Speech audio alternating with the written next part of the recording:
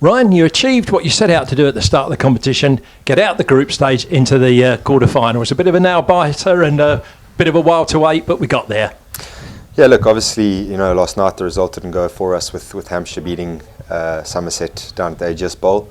And then this morning the weather warnings were out there pretty early on, so it was very unlikely that we were going to get on here.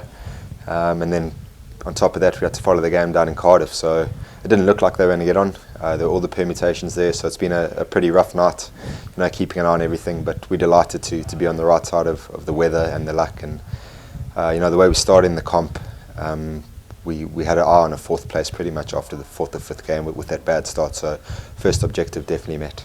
Yeah, I know. And talking to you and Paul Grayson during the competition, I know you felt that after that poor start, losing 4 out of the first 5, it wasn't the true Essex form. You were asking people to step up to the plate. They did so, responded in a positive manner, which is why we now find ourselves in that quarter-final. Absolutely. I think a lot of credit must go to guys like Mark Bettini. Tom West's come back really strong since he's been back. Jess has won us a few games, and I think the bowling unit as a whole have been very good. There's high expectations here. We all know that when it comes to one-day cricket, and we get judged pretty harshly on bad performances, which is rightly so, but you don't have a divine right to go out there and win games. And sometimes to struggle into a quarter-final just puts you back on your feet and gives you a perspective of particularly how good the other teams are, and especially this year with good overseas players coming into most teams. It has been a very tough comp, so like I said, to get into the quarter-final, particularly after that bad start, is a massive credit to the team and the coaching staff, the way we've turned things around. Absolutely. You won't need any extra motivation because of what's at stake from the quarter-final finals day. But you have a score to settle with Warwickshire after last season, haven't you? Yeah, look, don't want to get too emotional about it. They turned us over twice at our place after we had very good group stages in both those competitions. They're a very accomplished side. Both in the last 2 years, their 2020 campaigns have been outstanding.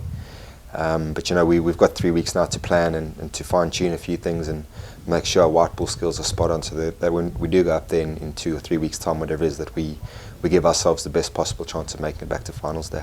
Yeah, going back to what you said earlier about certain people stepping forward, I know your demands as a skipper are high. Do you actually feel that Essex have, or if you like, they're yet to achieve their true 2020 form as a side? There have been individual performances, which is tend to what you get with 2020, but there always seem to be a little bit more to come from this Essex side. I couldn't agree more, particularly this year. Apart from the Hampshire game, I don't really think we've put a complete performance together. Like I say, the bowlers particularly have dug us out of a lot of holes. But to get through gives us that chance now to put a performance in, hopefully first up against Birmingham, and then 2 games after that. So it is maybe a bit of a mental thing. The team needs to be a bit tougher, and the group needs to be tougher, and certainly you've got to give yourself a chance for every single guy to bring their best game, and if that does happen, I think we'll be a very formidable side. Great time to hit form, isn't it? It will be, yeah. We've given ourselves a chance, so now's the time to step up. Cheers. Well done to you and the boys, Ryan. Cheers, Thanks Paul. very much. Thanks.